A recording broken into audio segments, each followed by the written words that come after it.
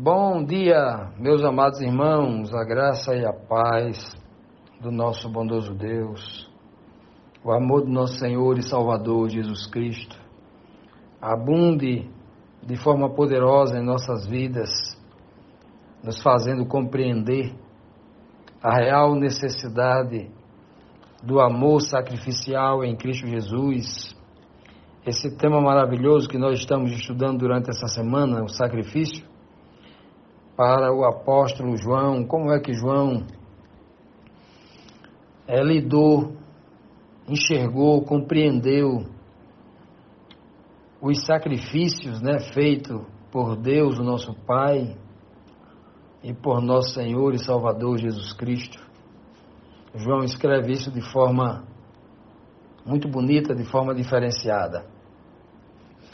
Então, meus irmãos, hoje, quinta-feira, nós vamos ver mais duas perguntas sobre o sacrifício no Evangelho de João, a pergunta 9 e 10, só recapitulando, que ontem nós vimos a questão de Cristo muito cansado, lá no tanque de Jacó, no poço de Jacó, lá na região de Samaria, próximo à cidade de Siquém, quando morrendo de sede, ao meio-dia, foi ali salvar uma mulher, foi se revelar como Messias para aquela pobre mulher rejeitada, vista por muita gente como uma prostituta, algo assim, amor puro, aquilo é amor puro, o amor de Deus se mostrando, por alguém que certamente nós não daríamos tanto valor.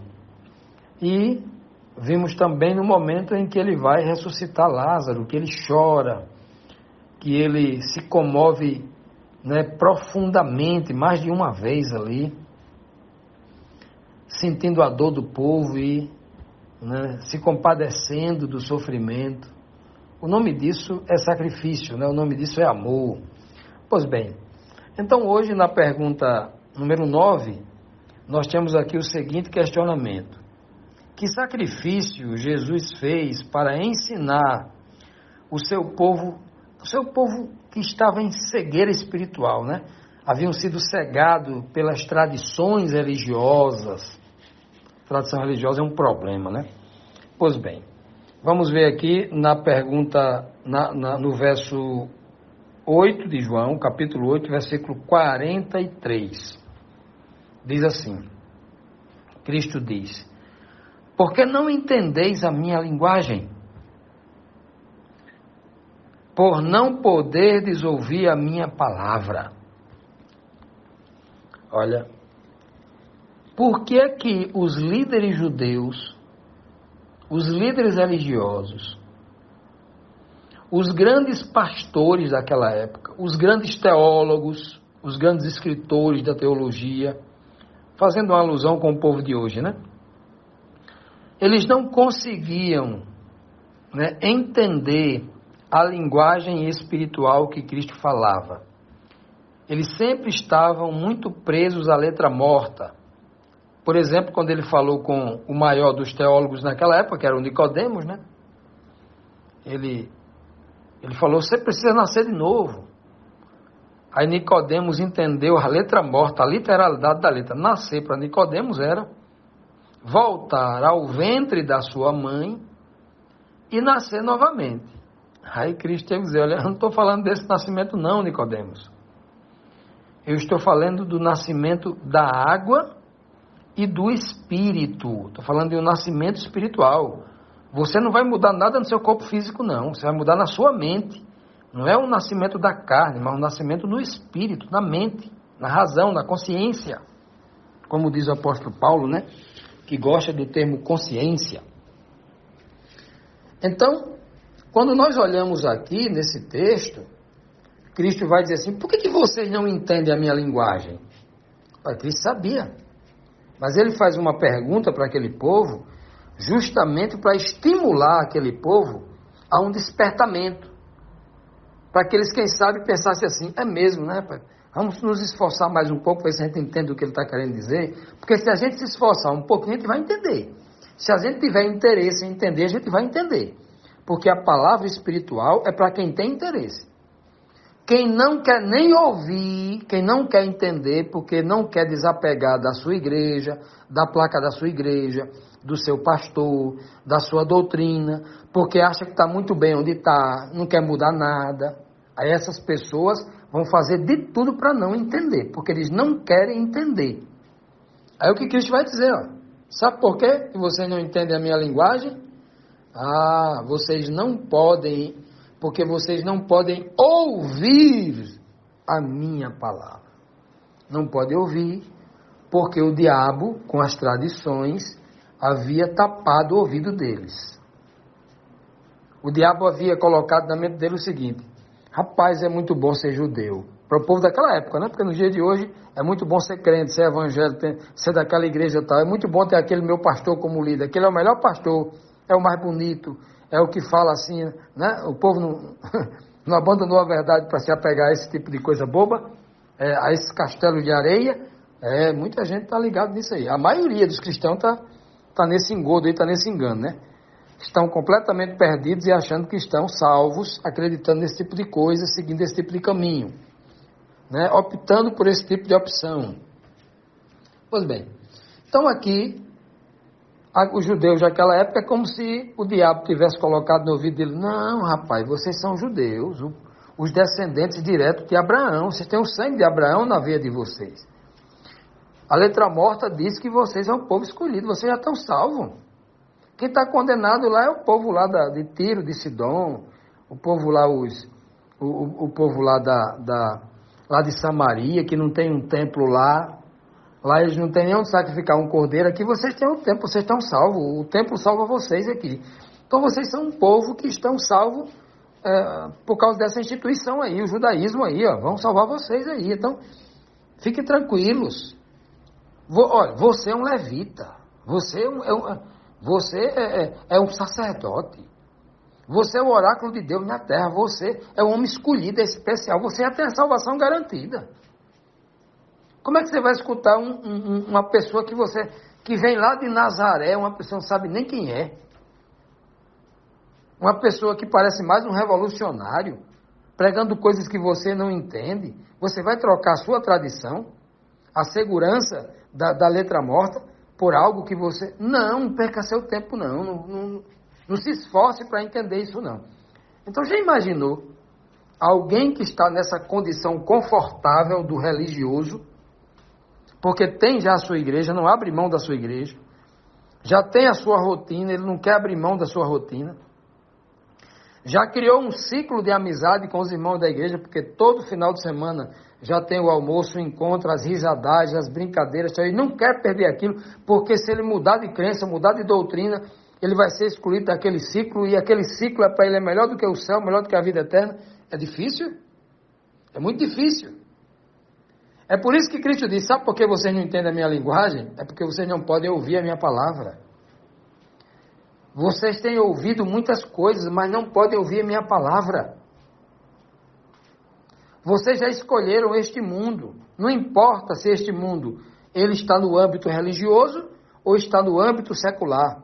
Se ele está dentro do templo ou se ele está fora, lá no mundão mesmo, não importa.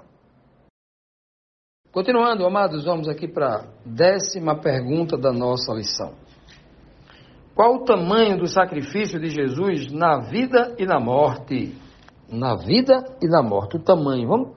Será que é possível, na palavra de Deus, nós medirmos o tamanho do sacrifício de Cristo? Ou será que a gente pelo menos pode refletir nisso? Vamos tentar então, né?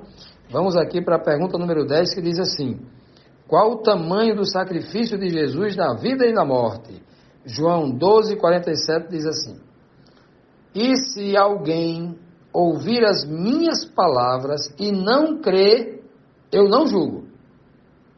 Porque eu vim não para julgar o mundo, mas para salvar o mundo. Meus irmãos, olha o tamanho desse sacrifício.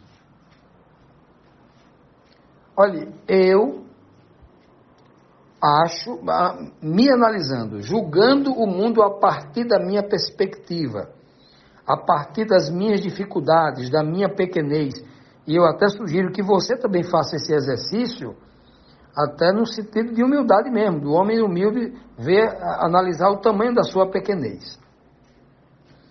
Então, analisando a partir de mim, olha, é muito difícil. É muito difícil você pregar uma verdade para alguém e aquela pessoa rebater, lhe agredir, responder com um monte de bobagem, não sabe o que está dizendo, torcendo a Bíblia, sem conhecimento nenhum, usando a tradição, ignorando o óbvio sentido da palavra revelada. E aí você não julgar aquela pessoa. Não é difícil? Qual o ser humano que não tem vontade de dizer para uma pessoa que rebate uma verdade, né? Falando bobagens retóricas e palavras decoradas na mente, sem nenhum raciocínio? Não é difícil? É muito difícil, porque todo ser humano tem a vontade de dizer umas poucas e boas verdades para ele, né? Como se aquelas verdades funcionassem como, né, aquele sacolejo, né? Aquela sacudidura que você pega assim nos dois ombros de uma pessoa, né? E balança os ombros com muita força, como se dissesse assim, eu vou colocar alguma coisa do cérebro dele no lugar dele para ver se ele desperta, que ele tá sonolento, ele está inebriado, enganado com muitos ventos de doutrina. Eu vou ver se ele desperta aqui, ver se ele entende o que eu estou dizendo, porque está tão óbvio. Como é que ele não enxerga o óbvio, né? Não tem isso? Tem. Pois bem.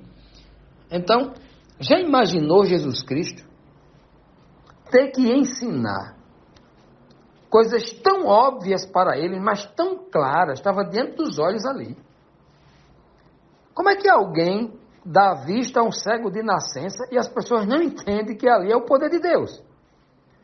Será que Satanás tem poder de devolver a vista de um cego de nascença? Não! Vou dizer de novo que um não bem redondo. Não! Satanás não tem esse poder. Satanás não é criador. Ele não é recriador. Ele não pode fazer nada disso. O que ele pode é fazer truques, enganar, parecer que isso aconteceu. Mas um cego de nascença, que foi investigado por ele mesmo, pelos pais, por não sei quantos sacerdotes, um leproso que a família inteira conhecia, a cidade inteira conhecia, o sacerdote verificou que ele estava purificado. Já imaginou? Um chefe de sinagoga, cuja filha ele viu morta. O chefe da sinagoga era um líder religioso que estava a favor dos judeus e contra Cristo. Pelo menos antes, né? Antes. Já imaginou? Agora, já imaginou Cristo tentando ensinar isso para esse povo e esse povo não queria enxergar? Como é que Cristo se segura e não julga esse povo? Porque é até um ponto de justiça. Depois que você pratica alguma coisa, depois que você diz alguma coisa, você julgar no sentido de assim, não, o juiz aqui é esse. Não, aqui não tem mais jeito, né? Aqui não dá mais certo, né? Não é normal. Mas olha o que Cristo disse para aquele povo ali, olha, se vocês ouvir as minhas palavras e não crer, não sou eu que julgo vocês, não. Quem vai julgar vocês é meu Pai.